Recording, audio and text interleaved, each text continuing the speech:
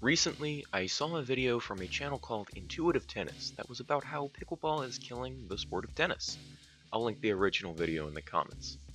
Intuitive Tennis is run by a guy named Nikola Arasic. Sorry if I'm pronouncing that wrong. And the video itself is pretty self-explanatory.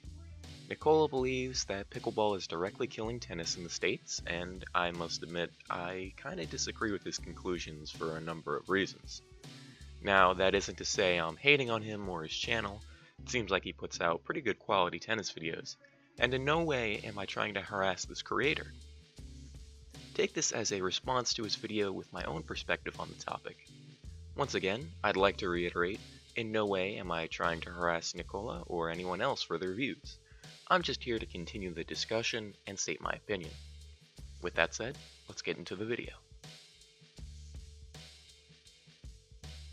Nikola's reasoning behind the claim that pickleball is killing tennis, at least as far as his video goes, can be broken down into a few parts.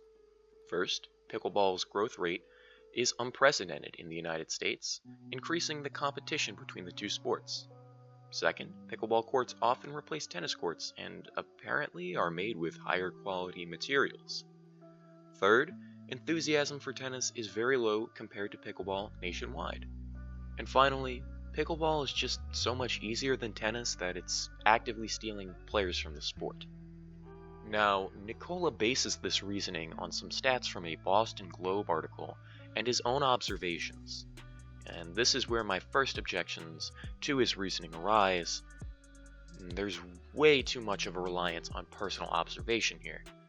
I understand that our experiences inform our opinions, but for making broad brush claims about the health of a massive sport like tennis in all of the United States, you need to look beyond a few key experiences. Nikola, for example, says tennis enthusiasm at his local courts is extremely low, and that very few people show up to play anymore. Now, in my experience, tennis is just as popular as pickleball in my own town. But if I were to base my opinion on the health of the sport just off of that, my reasoning would be pretty heavily flawed. For example, a sport that is near and dear to my heart, soccer, is not very popular where I live. However, globally, or even just in the United States, soccer is extraordinarily popular and is far from in danger of dying out. But let me throw some numbers at you. According to a New York Times article from 2014, there were an estimated 28 million active tennis players in the United States and over 250,000 courts. Now, that number has receded a bit, with the USTA reporting 21.6 million players in 2020, but that is still rather remarkably high. Moreover, tennis itself is also seeing extensive growth too, with an overall increase of 22% of tennis players hitting the courts in the past year and 3 million new players checking out the sport for the first time. That's almost as many new players entering into tennis as there are total pickleball players in the United States. The fact is, tennis still dwarfs pickleball in a lot of ways. Tennis as an industry has billions of dollars pumped into it annually by some of the top sports brands in the world.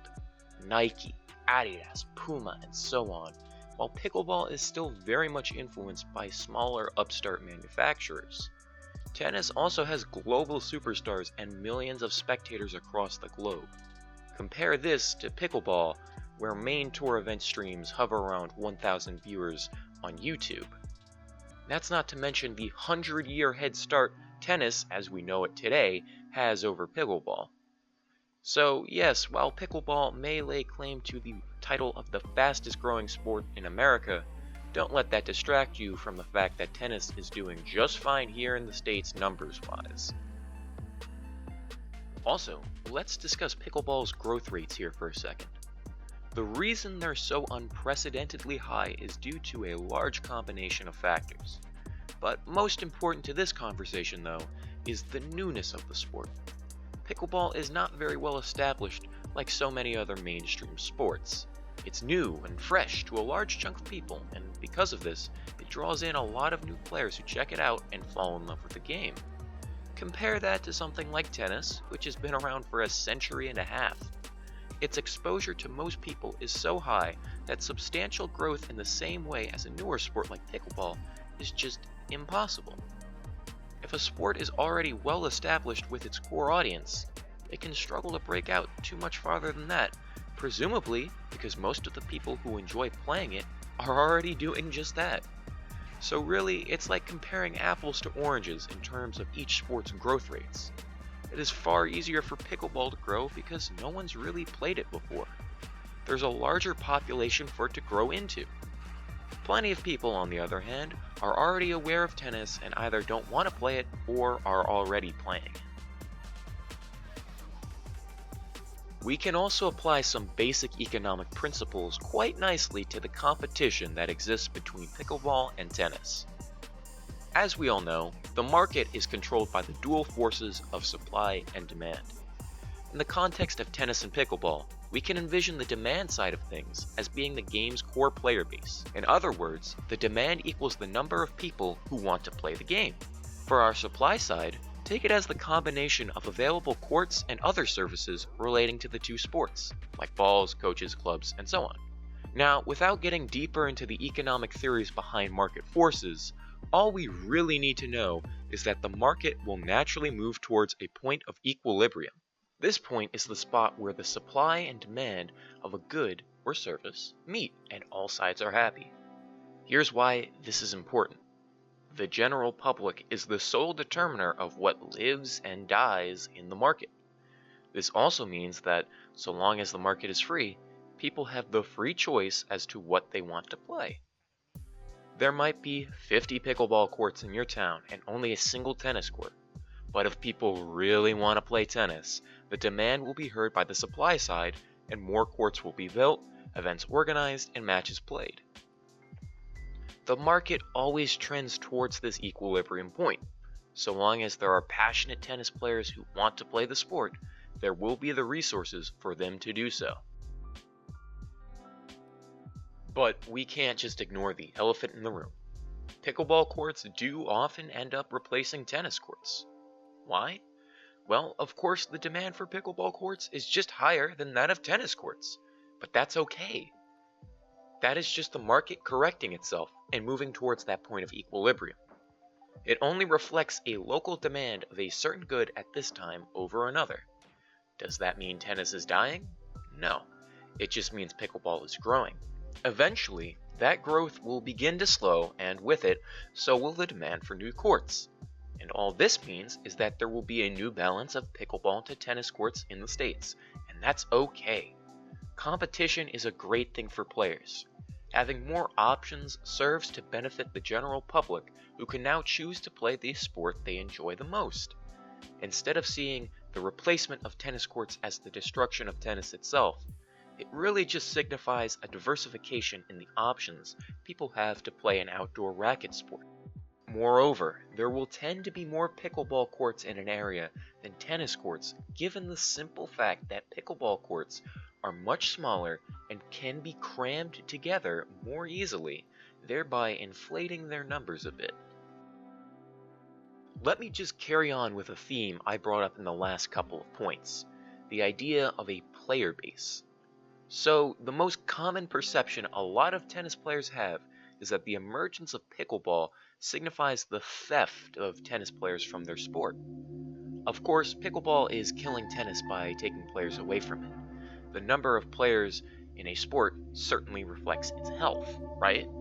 In fact, in his video, Nicola hypothesizes that a lot of newer or just plain bad tennis players gravitate towards pickleball, thereby hurting the sport of tennis.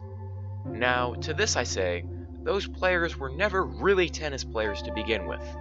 If these players were so fickle as to give up on tennis so easily when a single competitor caught their eye, chances are they were never going to be the long-term future of the sport.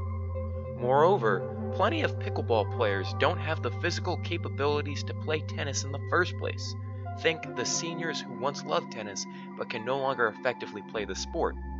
Then there's the case of players who, like me, had no previous racket sport experience. Pickleball didn't steal me away from tennis. I was never going to play it in the first place.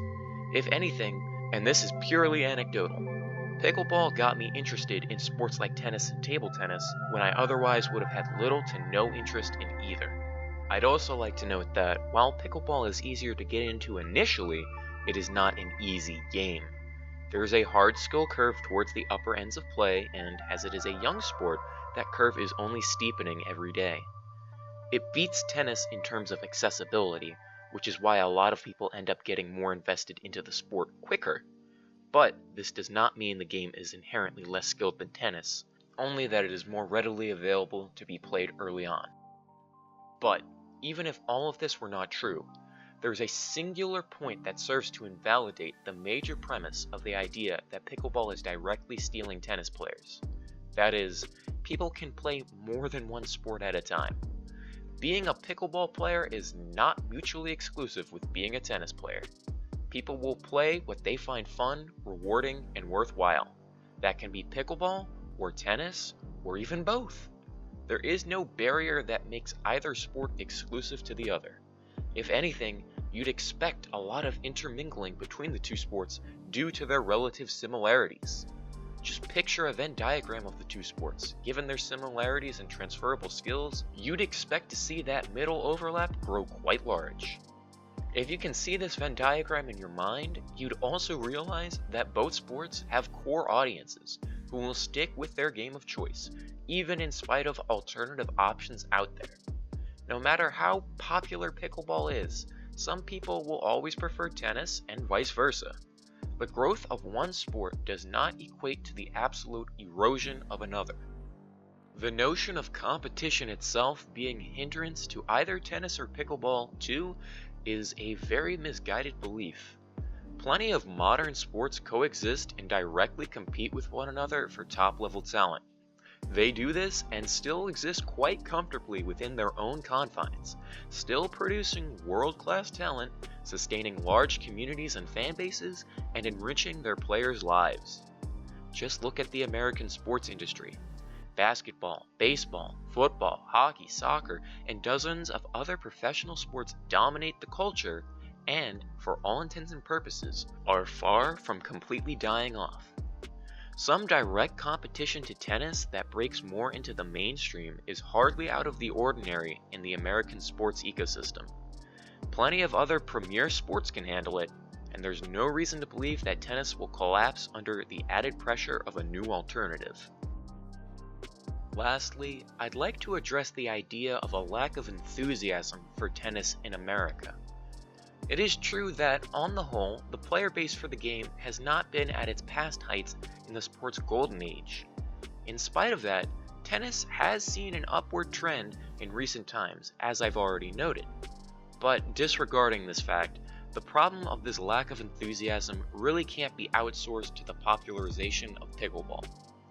Even if you took the whole active player base of the sport, it wouldn't account for all of the players tennis has lost. No, the problem is endemic to American tennis itself. That wasn't the work of pickleball or any other sport. If anything, tennis players should be looking at the USTA to solve the game's issues. A lack of enthusiasm is reflective of a lack of outreach, excitement, newness, and general positive exposure. It also doesn't help that the US has been fairly dormant in the international tennis world compared to its golden age in the late 20th century, with some noteworthy exceptions, of course. So yes, while most people know what tennis is, many are not too keen to play it consistently. Why exactly that is? Well, I can't really say. What I can say, though, is that pickleball is certainly not the root of this problem. It merely takes advantage of it and continues to grow in part because of it. So, in summary, no, pickleball is not actively killing tennis. It is growing. It is providing competition for tennis and options for players. But tennis's decline in America is more down to its own internal affairs than that of outside sports, least of all pickleball. Even in spite of this, tennis is nowhere near dead or dying at all, and it is still far larger than pickleball in almost every way. For lovers of tennis, there is no cause for serious alarm in terms of pickleball totally eclipsing their sport in the near future. Moreover, there is no reason whatsoever that both sports cannot be enjoyed simultaneously by scores of people, or that they cannot coexist without trampling entirely on one another. After all, the entire underpinning of sports as a recreational hobby is that playing them for the sake of being active is enjoyable. Both tennis and pickleball ultimately serve the same purpose for millions, and, in the end, that in and of itself should preserve both for the future passion and excitement of the next generation of players. Thanks for watching.